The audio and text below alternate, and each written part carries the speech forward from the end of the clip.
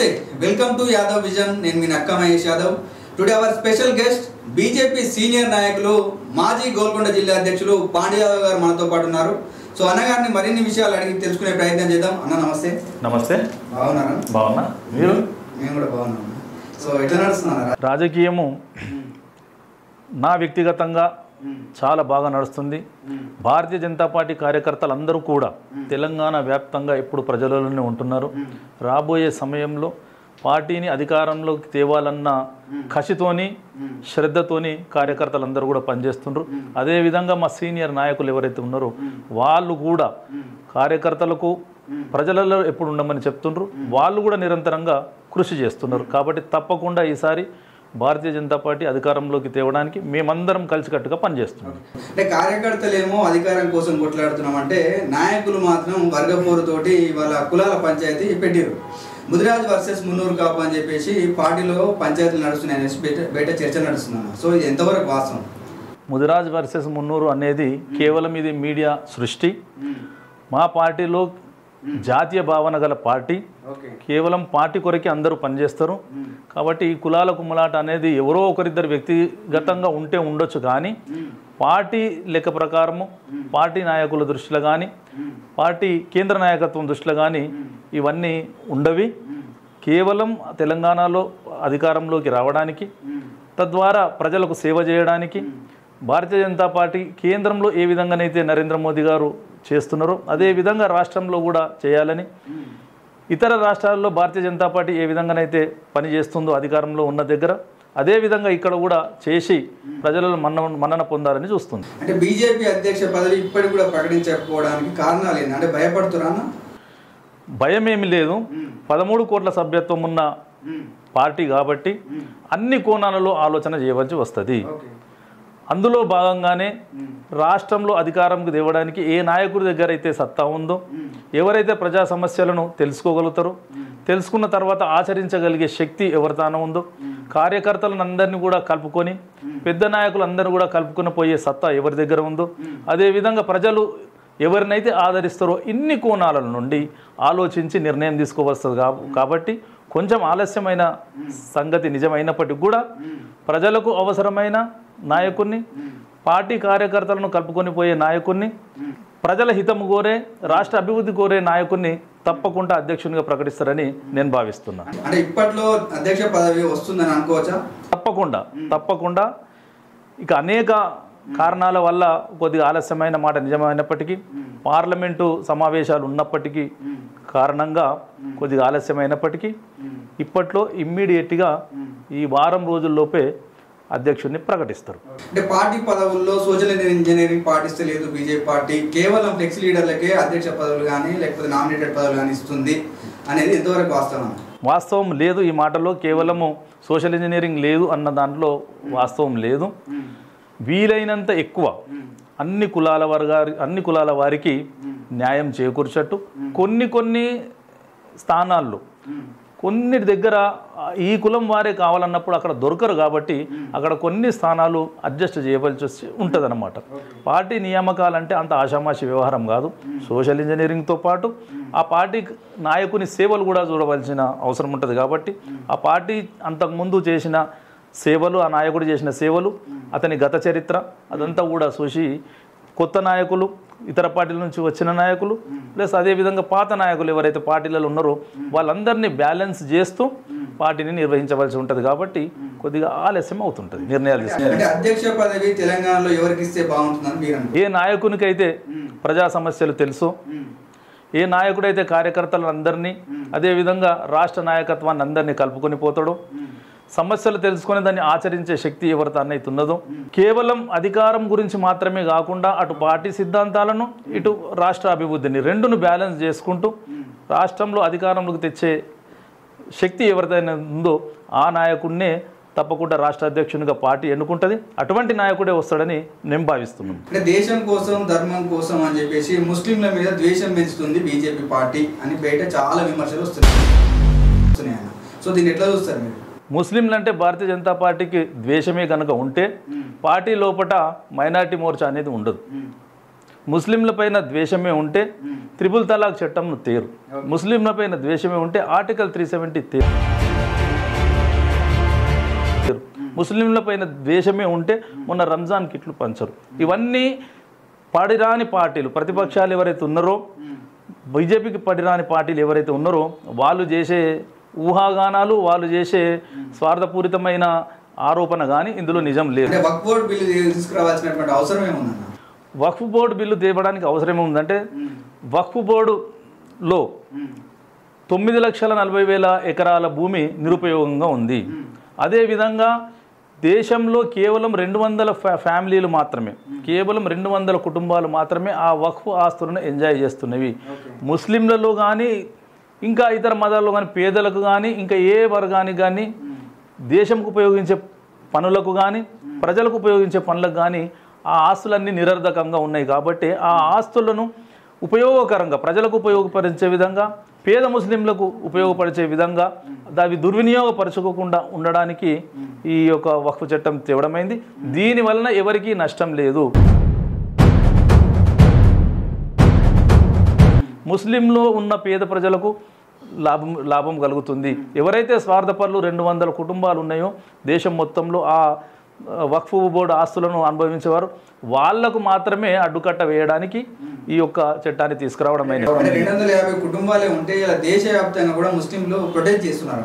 So మరి ఎందుకు, ఒకవేళ నిజంగానే వాళ్ళకు న్యాయం అనేది లేకపోతే ఎందుకు చేస్తారు వాళ్ళు? దేశవ్యాప్తంగా ఎవరైతే ప్రొటెస్ట్ చేస్తున్నారో ముస్లింలు, వాళ్ళు వక్ఫ్ బోర్డుకు మోదీకి అనుకూలంగా వక్ఫ్ బోర్డుకు ఏదైతే చట్టం సవరణ తెచ్చిండ్రో ఆ సవరణకు అనుకూలంగా కూడా చాలామంది వాళ్ళు ప్రదర్శనలు చేస్తుండ్రు. ఎవరైతే మూర్ఖంగా ఆలోచిస్తుండ్రో, మతం పరంగా ఆలోచిస్తుండ్రో, ఎవరైతే నిరక్షరాస్యులు ఉన్నారో, ఎవరైతే ఈ 200 ఫ్యామిలీలు అనుభవిస్తున్నారో వాళ్ళ అనుచరులు ఎవరైతే ఉన్నారో వాళ్ళు మాత్రమే చేస్తారు. కానీ నిజమైన ముస్లింలు ఎవరైతే ఉన్నారో, ఎవరైతే చైతన్యవంతంగా ఆలోచన చేస్తారో, విద్యావంతులు ఉన్నారో వాళ్ళందరూ కూడా ఈ సవరణను సమర్థిస్తున్నారు.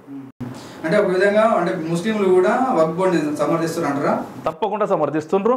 రానున్న కాలంలో కూడా వాళ్లకు ఈ సవరణ వల్ల ఎంత ఉపయోగమైందో ఇంకా కూడా వాళ్ళకు తెలిసి వస్తుంది. అంటే ఈ సన్న బియ్యం అనేది కాంగ్రెస్ ప్రభుత్వం తెలంగాణ రాష్ట్రంలో ప్రవేశపెడితే వాళ్ళ ఎంతో మంది పేదలకు న్యాయం జరుగుతుంది. కానీ మా కేంద్ర ప్రభుత్వం ఇస్తుంది అనేది ఎంతవరకు వాస్తవం? కేంద్ర ప్రభుత్వం కిలోకు 37 రూపాయలు కేంద్ర ప్రభుత్వము ఇస్తున్నది. అయితే పేద ప్రజలకు సంక్షేమము ఎప్పుడైతే చెందుతున్నదో దాన్ని భారతీయ జనతా పార్టీ కూడా పూర్తిగా అభినందిస్తున్నది. ఎన్న బియ్యము మేము ఇస్తున్నామని కాంగ్రెస్ వాళ్ళు ఏదైతే చెప్పుకుంటున్నారో అటువంటప్పుడు కేవలం 10 రూపాయలు ఇచ్చిన వాళ్ళు ఆ విధంగా చెప్పుకుంటే మరి 37 రూపాయలు ఇచ్చిన కేంద్రము భారతీయ జనతా పార్టీ కూడా చెప్పుకోవాల్సిన అవసరం ఉంది. అయితే దీంట్లో చెప్తే తప్పేమీ లేదు, ఇచ్చినప్పుడు చెప్పవలసిన అవసరం ఉన్నది. 37 రూపాయలు కేంద్ర ప్రభుత్వం ఇస్తే మరి అన్ని రాష్ట్రాలలో ఎందుకు ప్రవేశపెట్టలేదు బీజేపీ పార్టీ అని కాంగ్రెస్ వాళ్ళు విమర్శలు చేస్తున్నారు. కేంద్ర ప్రభుత్వము దేశం మొత్తము చూడవలసి వస్తుంది. దేశంలో కేవలం సంక్షేమ పథకాలు ప్రవేశపెట్టినప్పుడు ఒక్కొక్క రాష్ట్రం అవసరాలు ఒక్కొక్క విధంగా ఉంటాయి. కాబట్టి అక్కడ రాష్ట్ర ప్రజలకు ఏమైతే అవసరం ఉంటాయో ఆ అవసరాలు తీర్చడానికి తప్పకుండా భారతీయ జనతా పార్టీ ప్రయత్నిస్తుంది, చేస్తూ కూడా ఉన్నది. ఒక్కొక్క రాష్ట్రానికి ఒక్కొక్క అవసరాలు ఉంటాయి. కాబట్టి తెలంగాణలో ఏవైతే చేశారో అవి దేశం మొత్తం చేయాలని ఏం లేదు. అంతకంటే మంచిగా కూడా ఇంకా చేయవలసిన అవసరం ఉంది, చేస్తారు కూడా భారతీయ జనతా పార్టీ. అంటే మోడీ వేవ్ వల్ల బీజేపీ 8 ఎంపీలు గెలిచిందా? నిజంగానే వీళ్ళ సొంత క్యాడర్ తోటి వీళ్ళు గెలిచిరంటే మీరు ఏం చెప్తారు? లోక్సభలో మోదీ వేవ్ ఉన్నదన్నది నిజమైన మాట. ఎందుకంటే దేశవ్యాప్తంగా ప్రజలు మోదీని ఏ విధంగానైతే ఆదరిస్తున్నారో అదేవిధంగా గత 11 సంవత్సరాల నుంచి అంతకుముందు 2014లో అధికారంలో వచ్చినప్పుడు 2019లో అధికారం వచ్చినప్పుడు ఏవైతే సంస్కరణలు మోదీ గారు చేయాలని తలపెట్టినరో ఏ విధంగానైతే పాలన చేసిండ్రో ఆ పాలనను మెచ్చి అవినీతి రహితంగా ఈ 10 ఏళ్ళు కూడా ఒక్క కుంభకోణం లేకుండా మోదీ గారు పాలన చేయడం జరిగింది.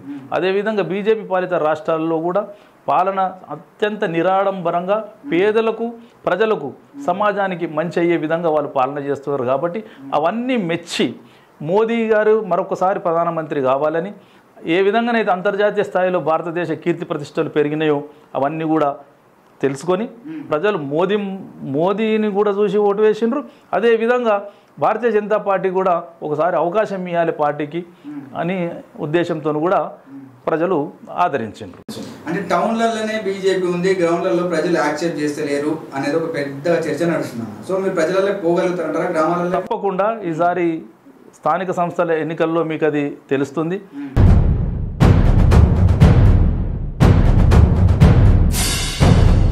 మా రాష్ట్ర నాయకత్వం కూడా మా కార్యకర్తలందరినీ కూడా గ్రామీణ ప్రజల్లో కూడా గ్రామీణ ప్రాంతాల్లో కూడా ప్రజలలోకి వెళ్ళేటట్టు, అదేవిధంగా ప్రజల ఏ సమస్యలు ఉన్నా కానీ ముందుండి చూసేటట్టు కార్యకర్తలకు మా రాష్ట్ర నాయకత్వం చెప్తుంది. కార్యకర్తలు కూడా నిరంతరంగా పనిచేస్తున్నారు.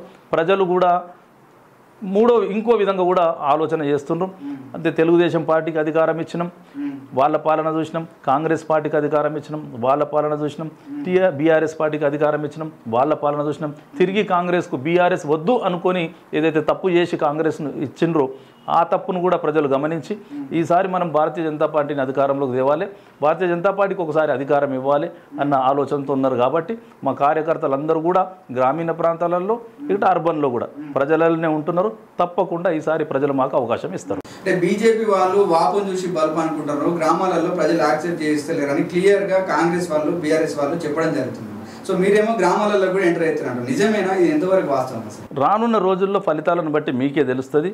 వాళ్ళు BRS party, Congress party, Bharatiya Janata పార్టీకి వ్యతిరేక పార్టీలు కనుక వాళ్ళు ఎప్పుడూ అట్లనే చెప్తుంటారు. అదే కనుక నిజమైతే గ్రామీణ ప్రాంతాల్లో అసలే పార్టీ లేకుంటే మరి మొన్న ఎంపీ ఎలక్షన్లో అన్ని ఓట్లు ఏ విధంగా వచ్చినాయో మేము వాళ్ళని ప్రశ్నిస్తున్నాం.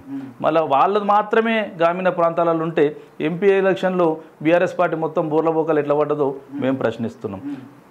కాంగ్రెస్ పార్టీనే ఇట్లా ప్రజలు ఆదరిస్తుంటే మరి ఎంపీ ఎలక్షన్లు అయిన తర్వాత ఇతర రాష్ట్రాల్లో కాంగ్రెస్కి ఏం గతి పట్టిందో కూడా మేము ప్రశ్నిస్తున్నాం. అంటే బీఆర్ఎస్ ఏమంటుందంటే కాంగ్రెస్ బీజేపీ లోపాయకర ఒప్పందంతో వాళ్ళు ఒకరి మీద ఒకరు విమర్శలు చేసుకోకుండా బీఆర్ఎస్ని తక్కువ చేయించుకుంటూ వాళ్ళు అంతర్గత స్నేహము పొందుతున్నారు అని చెప్పేసి చాలా మంది నాయకులు కూడా విమర్శలు చేస్తున్నారు. సో అంటే కాంగ్రెస్కు బీజేపీకి అంతర్గత స్నేహం ఉందనుకోవచ్చా? కాంగ్రెస్కు బీజేపీకి అంతర్గత స్నేహం అనేది అసలు ఉండదు. ప్రధాన శత్రువులు కాంగ్రెస్. మా మోదీ గారు కాంగ్రెస్ ముక్త్ భారత్ జయమని అన్నారు. గత 70 సంవత్సరాల కాంగ్రెస్ పాలనలో ఎన్ని అవినీతి జరిగినాయో ప్రజలందరికీ తెలుసు. గత 70 సంవత్సరాల కాంగ్రెస్ పాలనలో ఎన్ని ఇబ్బందికర నిర్ణయాలు తీసుకున్నదో ప్రజలందరికీ తెలుసు, అటుపంతా ప్రజలకు తెలుసు. అదేవిధంగా దేశ విభజన సమయం నుండి, ఎమర్జెన్సీ నుండి ఇప్పటి వరకు కూడా కాంగ్రెస్ తీసుకున్న అనేక నిర్ణయాల వలన కొన్ని తరాల పడి రాబో తరాలు కూడా ఇంకా ఇబ్బంది పడుతూనే ఉన్నాయి. కాబట్టి దేశం ఈరోజు ఇంత ఇబ్బందికరంగా ఇంకా పేదరికం పోకపోవడానికి, నిరుద్యోగం పోకపోవడానికి కాంగ్రెస్ తీసుకున్న ఆనాటి నిర్ణయాలే ఇంకా కంటిన్యూ అవుతున్నాయి. కాబట్టి ప్రజలందరూ తెలుసుకున్నారు. కాబట్టి కాంగ్రెస్ చెప్పిన వాదనలో, బీఆర్ఎస్ చెప్పిన వాదనలో అసలు పసనే లేదు, నిజమే లేదు. అంటే పేదల సంక్షేమం కోసం బీజేపీ పార్టీ పనిచేస్తుందా? ఒకవేళ పనిచేసి ఎలాంటి కార్యక్రమాలు తీసుకోబోతుంది? తప్పకుండా ప్రజల సంక్షేమం గురించే తీసుకుంటుంది. అయితే ప్రజల సంక్షేమం గురించి ఆలోచించినప్పుడు భారతదేశాన్ని మొత్తంను పరిపాలించాలి, దేశాన్ని మొత్తం దృష్టిలో ఉంచుకోవాలి. కాబట్టి దీర్ఘకాలిక ప్రయోజనాలను దృష్టిలో పెట్టుకొని, శాశ్వత ప్రయోజనాలను దృష్టిలో పెట్టుకొని ఆ విధంగా ప్రజలకు ఏం అవసరాలు, కనీస అవసరాలు ఏమున్నాయి, ఆడంబరాలకు పోకుండా దేశం యొక్క ప్రయోజనాలను దృష్టిలో పెట్టుకొని ప్రజలలోకి వెళ్తుంది. ప్రజల అవసరాలు ఏముందో అవన్నీ కూడా తప్పకుండా చేసి ప్రజల్లో ఎప్పటికీ బీజేపీ పార్టీ ఉంటుంది. పేదల సంక్షేమం పేరు మీద కార్పొరేట్లకు పెద్దపీట వేస్తున్నారు అన్నది నిజంగా కాదా? కాదు. కార్పొరేట్లకు పెద్దపీట వేసడం అనేది అబద్ధము. ఏది కార్పొరేట్లకు ఇచ్చినా కానీ అదంతా కూడా నియమ నిబంధనల ప్రకారమే జరుగుతుంది. అందులో ఏమైనా తప్పుంటే మీరు కోర్టుకు వెళ్ళండి, అందులో ఏమైనా తప్పుంటే మీరు బయట పెట్టండి. పెద్ద చర్చ నడుస్తుంది, ఆదాని ఆస్తులు విపరీతంగా పెరగడానికి బీజేపీ కారణము అనేది నిజంగా కాదు. ఇది నిరాధారమైన ఆరోపణ. వాళ్ళ బిజినెస్ వాళ్ళు చేసుకుంటారు, వాళ్ళ బిజినెస్ ప్రకారం పెడతారు. మీరేమన్నా అట్లా ఆధారాలు ఉంటే మీరు కోర్టుకు ఉండి, ఆధారాలు ఉంటే బయట పెట్టుంటే ప్రజలే తిరస్కరిస్తారు మమ్మల్ని. మేము ఇట్లా వాళ్ళకు సపోర్ట్ చేసినట్టయితే ప్రజలే తిరస్కరిస్తారు. ప్రజాకోర్టులు పెట్టండి. అది ముఖ్యంగా వ్యక్తిగతంగా పాండ్యాల విషయానికి వస్తే, ఒకప్పుడు గోల్కొండ అధ్యక్షునిగా సేవలు చేసినటువంటి మీరు అధ్యక్ష పదవికి రాకపోవడానికి కారణాలు ఏంటి? మా పార్టీ విధానంలో కేవలం ఒకటేసారి మాత్రమే అధ్యక్ష పదవి చేయాలి అని ఇప్పుడు మొన్న కొత్తగా రూల్స్ అండ్ రెగ్యులేషన్స్ ఉన్నాయి మాకు. కాబట్టి అందులో భాగంగానే ఇతరులకు కూడా అవకాశాలు ఇవ్వాలి, అందరికీ అవకాశాలు ఇవ్వాలి అని చెప్పేసి ఒక లెక్క ప్రకారమే ఆ విధంగా ఇచ్చిండ్రు. కానీ నాకు ఇవ్వకపోవడం అంటూ ఏమీ లేదు. అయితే మేము ఇంతకుముందు అధ్యక్ష పదవి చేసిన వాళ్ళు మాకు ఇంకా వేరే బాధ్యత ఇస్తారు, వేరే పదవి ఇస్తారు. కాబట్టి పార్టీ ఏది ఇచ్చినా కానీ తప్పకుండా పార్టీ సిద్ధాంతాలకు లోబడి ప్రజా ఉపయోగమైన పనులన్నీ చేస్తూ ప్రజల్లోనే ఉంటూ పార్టీ ఏ పని ఇచ్చినా కానీ క్రమశిక్షణతో ముందుకు పోతామని తెలియజేస్తున్నాను. ఈ మధ్య సేవా కార్యక్రమాలు కూడా బాగా కనిపిస్తున్నాను. సో ఎట్లా చూడవచ్చు అది అంటే రాజకీయంగా ఏమన్నా ఇంకా మైలేజ్ కోసమా లేకపోతే నిజంగానే పేదల సంక్షేమం కోసం ఫైట్ చేస్తున్నారా? మామూలుగా మా కుటుంబం అంతా కూడా ఆధ్యాత్మిక కార్యక్రమాలలో ఎక్కువ పాల్గొంటుంది. అయితే రాజకీయ అవసరాలకు కోసం కాకుండా సామాజిక సేవ అన్న దృష్టితోని అనేక దేవాలయాలలో కార్యక్రమాలు మేము చేస్తూ ఉంటాం. అయితే అది మేము రాజకీయంగా ఇక్కడ చెప్పుకోవద్దు, కానీ సేవా కార్యక్రమాలు అన్నప్పుడు కొన్ని ఆధ్యాత్మిక దృష్టితోని, అదేవిధంగా కొన్ని సామాజిక దృష్టితోని, నేను ప్రత్యేకంగా నా వ్యక్తిగతంగా నేను రాజకీయ దృష్టితోని కూడా అనేక సేవా కార్యక్రమాలలో నేను పాల్గొంటాను. భవిష్యత్తులో పాండ్య యాదవ్ గారిని ఏ పదవిలో చూడొచ్చు? నా రాజకీయంగా నా యొక్క ఉద్దేశం ఏంటంటే నేను బెస్ట్ పార్లమెంటేరియన్గా అవార్డు కొట్టాలని ఉన్నది. పార్లమెంట్ మెంబర్ని అయ్యి బెస్ట్ పార్లమెంటేరియన్గా అవార్డు కొట్టాలని ఉంది. ఆ విధంగా పార్లమెంట్లో పేద ప్రజలకు తక్కువ ఖర్చుతోని ఎక్కువ ప్రయోజనం పొందే పథకాలు, తక్కువ ఖర్చుతోని శాశ్వత ప్రయోజనం పొందే పథకాలు, అదేవిధంగా ఏదైతే రాజకీయాల్లో ఆడంబరాలు ఉన్నాయో ఆ ఆడంబరాలని తగ్గించే విధంగా, అదేవిధంగా రాజకీయంగా ఏవైతే మనకు అనేకమైన ఖర్చులు ఉన్నాయో ఆ ఖర్చులన్నీ తగ్గించే విధంగా నేను పార్లమెంట్లో వాదించి ఒక నూతన రాజకీయంగా ప్రతి ఒక్కరు కూడా మిడిల్ క్లాస్ వాళ్ళు, పేదవాళ్ళందరూ కూడా రాజకీయాల్లో పాల్గొనేటట్టు చేయాలని, రాజకీయ రంగంలో అందరూ ఉండాలని, రాజకీయ రంగం అంటే వ్యాపార రంగం కాదని, రాజకీయ రంగం అంటే ఇది సేవా రంగం అని వాళ్ళందరికీ తెలియజేసి ఆ విధంగా నేను వాదించి మంచి బెస్ట్ పార్లమెంటేరియన్ అవార్డు కొట్టాలని ఉన్నది నాకు. అంటే పార్లమెంటేరియన్ కావాలంటే ఒక పార్లమెంట్ ఎంచుకోవాల్సినటువంటి అవసరం ఉంది. సో ఇక్కడ నుంచి ఒకవేళ ఇక్కడ టికెట్ ఇస్తే నేను గెలుస్తాను అనే నమ్మకం మీకుందా? ప్రజలలో ఉన్నప్పుడు పార్టీ మంచి పార్టీ ఉన్నది. మా పార్టీ భారతీయ జనతా పార్టీ అంటేనే ప్రజలకు ఒక విలువైన పార్టీ, క్రమశిక్షణ గల పార్టీ. ఇక పార్టీ వైపున వేరే క్వశ్చనే లేదు. ఇక నా వ్యక్తిగతంగా నేను ఎప్పుడు ప్రజలలో తిరుగుతూ ప్రజలకు అనుకూలంగా పార్టీని పటిష్టం, ఒకవైపు పార్టీ సంస్థాగత కార్యక్రమాల్లో పాల్గొంటూ, ఒకవైపు పార్టీ పటిష్టతకు, మరోవైపు ప్రజల్లో తిరుగుతూ తప్పకుండా పార్లమెంట్ మెంబర్ అవుతాం. ఏడికెంచన్నా ఏ నియోజకవర్గం నుంచినే అవుతాం. ఇప్పుడు నేను ఉండేది హైదరాబాద్ నియోజకవర్గము, దాని తర్వాత ఇంకే నియోజకవర్గం. ఇప్పుడు నరేంద్ర మోదీ గారు వచ్చి కాశీ నుంచి కొట్లాడలేరా? అందుకోసం ఎమ్మెల్యే కానీ అవుతాము, ఎంపీ కానీ తప్పకుండా అవుతాం. ఆనాటి పరిస్థితులను బట్టి, ఆనాడు పార్టీ చెప్పిన లెక్క ప్రకారము పార్టీ ఏది చెప్తే పార్టీ ఆదేశానుసారంగా మేము పనిచేస్తాం. ముఖ్యంగా యువత రాజకీయాల్లోకి రావాలని బయట చెప్తున్నారు అన్న.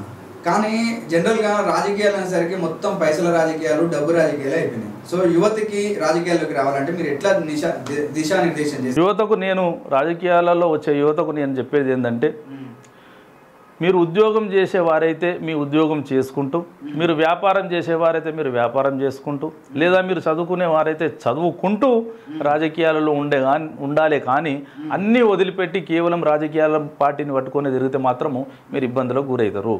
అదేవిధంగా ఆడంబరాలకు పోయి చాలా ఖర్చులు పెట్టుకొని ఏదో ఊహించుకొని మీరు ఖర్చులు పెట్టుకొనితే నష్టపోతారు. కాబట్టి ఏది ఎంతవరకు ఎట్లా చేయాలనో అదే విధంగా చేయాలి.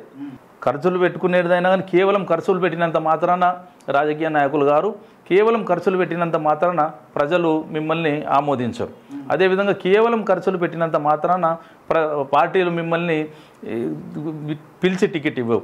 పార్టీ కూడా మీ వ్యక్తిగత చరిత్ర, మీ పట్టుదల, మీ యొక్క సేవా కార్యక్రమాలు చూసి పార్టీలు ఆదరిస్తాయి. అదేవిధంగా ప్రజలు కూడా మీ యొక్క వ్యక్తిగతమైన చరిత్ర, గత చరిత్ర ఏంటిది, ఈయనకు అవకాశం ఇస్తే ఈయన ముందుకు ఏ విధంగా చేయగలుగుతాడు, ఇవన్నీ ఊహించి మాత్రమే అధికారం వస్తుంది. అదేవిధంగా రాజకీయాలలో తిరిగే వాళ్ళందరూ కూడా చాలా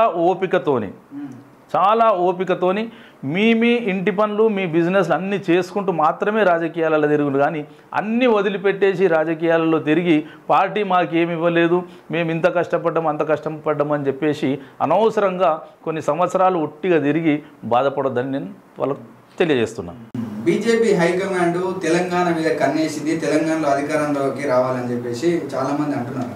సో అంటే వాళ్ళు నిజంగానే తెలంగాణలో ఇంప్లిమెంట్ చేయాలనుకుంటున్నారు పార్టీ? తప్పకుండా. మొన్న పార్లమెంట్లో వచ్చిన ఓట్ల శాతంను చూసి, అదేవిధంగా ఇక్కడ ఏర్పడిన రాజకీయ శూన్యత ఏదైతే ఏర్పడ్డదో దాన్ని చూసి, ఇంతకుముందు అధికారంలో ఉన్న బీఆర్ఎస్ పార్టీ అహంకారపూరితంగా, అవినీతిపరంగా, కుటుంబమయంగా పాలించిన దాన్ని చూసి, ఇప్పుడు ఏదైతే కాంగ్రెస్ ప్రభుత్వము అనుకోకుండా వచ్చిన కాంగ్రెస్ ప్రభుత్వం ఏదైతే ఉందో వీళ్ళు తీసుకున్న నిర్ణయాలు అహంకారపూరితంగా, కేవలం స్వార్థపూరితంగా ఉన్నాయి. కానీ పేద ప్రజలను కానీ ఎక్కడ కూడా వీళ్ళు దృష్టిలో ఉంచుకుంటలేరు. ఎన్ని రోజులు మన ప్రభుత్వం ఉంటుందో ఎప్పుడు పోతుందో అన్న ఉద్దేశంతోనే వాళ్ళు పనిచేస్తారు. కాబట్టి మనకు అధికారంలోకి వచ్చే అవకాశము తెలంగాణలో చాలా ఉన్నది. ప్రజలు కూడా ఆదరిస్తున్నారు. కాబట్టి దక్షిణ భారతదేశంలో ఇంతకుముందు కర్ణాటకలో మాత్రమే వచ్చింది, ఇక తెలంగాణలో రాలేదు. కాబట్టి తెలంగాణలో వచ్చే అవకాశాలు ఉన్నాయి. కాబట్టి తెలంగాణను తప్పకుండా అధికారంలోకి తేవాలని, అదేవిధంగా ఇక్కడ నాయకులు కార్యకర్తల ఏదైతే కష్టం పనిచేస్తున్నారో వారన్నిటిని కూడా గమనించి కార్యకర్తల యొక్క కష్టానికి ఫలితాన్ని వస్తుంది. కాబట్టి ఆ విధంగా ఇక్కడ తెలంగాణలో ప్రభుత్వం తేవాలన్న ఉద్దేశంతోనే కేంద్రంలో ఉన్న పార్టీ దీనిపైన దృష్టి పెట్టింది. బీజేపీ అధికారంలోకి రావాలనేమో బీజేపీ కార్యకర్తలు, కానీ రేవంత్ రెడ్డి మాత్రం 10 ఏళ్ళు నేనే సీఎంని ఉంటా అని చెప్పేసి వ్యాఖ్యలు చేయడం జరుగుతుంది. దాన్ని ఎట్లా చూస్తారు? రేవంత్ రెడ్డి గారు ఎప్పుడు ప్రభుత్వం పడిపోతుందన్న భయంతో దాన్ని కప్పిపుచ్చుకోవడానికి ఇంకా 10 ఏళ్ళు నేనే ఉంటా అని చెప్పేసి కాంగ్రెస్ కార్యకర్తలకు ఆత్మవిశ్వాసాన్ని ఇవ్వడానికి మాత్రమే ఆయన చేస్తున్న వ్యాఖ్య అది. కానీ కాంగ్రెస్లో పెద్ద పెద్ద మహానుభావులు ఉన్నారు, చాలా అనుభవస్తులు ఉన్నారు. ఈ రేవంత్ రెడ్డి ముఖ్యమంత్రి అయిన తర్వాత వాళ్ళు కూడా చాలా ఇబ్బంది పడుతున్నారు. కాంగ్రెస్లో పెద్దలందరినీ కూడా రేవంత్ రెడ్డి పక్కన పెట్టిండు. ఆయననే చాలా తెలివిమంతుడు అనుకొని ఆయన ఆ విధంగా వ్యవహరిస్తున్నాడు. కాబట్టి ఆయన సీటు పోకుండా ఆయన ముఖ్యమంత్రిగా మారకుండా మాత్రమే ఆ వ్యాఖ్యలు చేస్తున్నాడు. ఆయన లేదు, అస్సలు నిజం లేదు. ఇంకా 10 ఏళ్ళు ఉంటారు అనేది అస్సలు నిజం లేదు. భయపడే చేస్తుండ్రు. కార్యకర్తలలో ఆత్మవిశ్వాసాన్ని నింపడానికి, అదేవిధంగా ఆయన వ్యతిరేకులను కూడా నిలువరించడానికి ఆయన ఆ విధంగా ప్రయత్నం చేస్తున్నారు. జనరల్గా బీజేపీ ఎక్కువ ప్రభావం కూడా హైదరాబాద్ రంగారెడ్డిలో చూపిస్తాను. అంటే జనరల్గా ఎన్ని ఎలక్షన్ల పార్టీ లేకపోయినా కూడా ఈ కార్పొరేటర్ ఎలక్షన్లకు వచ్చేసరికి బీజేపీ బాగా కార్పొరేటర్లను గెలుచుకుంటారు. సో ఇప్పుడు ఎట్లా నిర్ణయాలు తీసుకోబోతున్నారు? ఈసారి కూడా గ్రేటర్ హైదరాబాద్లో కార్పొరేషన్ ఎలక్షన్లో భారతీయ జనతా పార్టీ పూర్తి మెజారిటీతో వస్తుంది. ఎందుకంటే బడ్జెట్లో మా కార్పొరేటర్లకు బడ్జెట్ కేటాయించినప్పటికి కూడా ప్రజలలో ఎప్పటికి తిరుగుతూ ఏవైతే సామాజిక సమస్యలు ఉన్నాయో, మోరికి సంబంధించి కానీ, నల్లకు సంబంధించి కానీ, లైట్కి సంబంధించి కానీ, ఇక ఇతర సమస్యలు ఏవైతే ఉన్నాయో ఆ సమస్యలను ఎప్పుడు మా కార్పొరేటర్లు అందరూ కూడా ఎప్పుడు ప్రజల్లో తిరుగుతూ అవన్నింటినీ పరిష్కరిస్తున్నారు. ఎంత బడ్జెట్కు కష్టమైనప్పటికీ కూడా వీళ్ళు స్పెషల్ బడ్జెట్ ఆయన రిక్వెస్ట్ చేసుకొని వాళ్ళని తెచ్చుకొని చాలా కష్టపడుతూ పనిచేస్తున్నారు. అయితే బడ్జెట్ కొరకు మాత్రము ఇప్పుడున్న ప్రభుత్వం చాలా ఇబ్బంది పెడుతున్నది. ఇంతకుముందు టీఆర్ఎస్ ప్రభుత్వం ఉన్నప్పుడు కూడా చాలా ఇబ్బందులు వాళ్ళ కార్పొరేటర్లకు ఒక విధంగా చూసింది, భారతీయ జనతా పార్టీ కార్పొరేటర్లను ఒక విధంగా చూసింది. ఎక్కడైనా ప్రారంభోత్సవాలకు ఇట్లయితే మా కార్పొరేటర్ ఉన్న స్థలాలలో కూడా వాళ్ళని పిలవకుండా వాళ్ళని అవమానపరిచింది. అయితే ఎన్ని అవమానాలు ఎదురైనా కానీ, ఎంత కష్టమైనా కానీ, ఆర్థికంగా కూడా ఎంత కష్టమైనా కానీ బడ్జెట్ విషయంలో మా కార్పొరేటర్లు అందరూ కూడా ప్రజలలో ఉంటూ ప్రజల సమస్యలను పరిష్కారం చేయడంలో ముందు అందరికంటే అన్ని పార్టీల కార్పొరేటర్ల కంటే మా కార్పొరేటర్లు ముందున్నారు. ఓకేనా, మీరు కూడా రాజకీయాల్లో ఉన్నతంగా ఎదగాలని మనస్ఫూర్తిగా యాదవ్ విజన్ ద్వారా కోరుకుంటాం. కాబట్టి చూస్తూనే ఉండండి, ఇలాంటి గొప్ప గొప్ప వ్యక్తులను మీ ముందుకు తీసుకొచ్చే ప్రయత్నం చేస్తా. కాబట్టి యాదవ్ విజన్ ఛానల్ని లైక్ చేయండి, షేర్ చేయండి, సబ్స్క్రైబ్ చేయండి. ధన్యవాదాలు.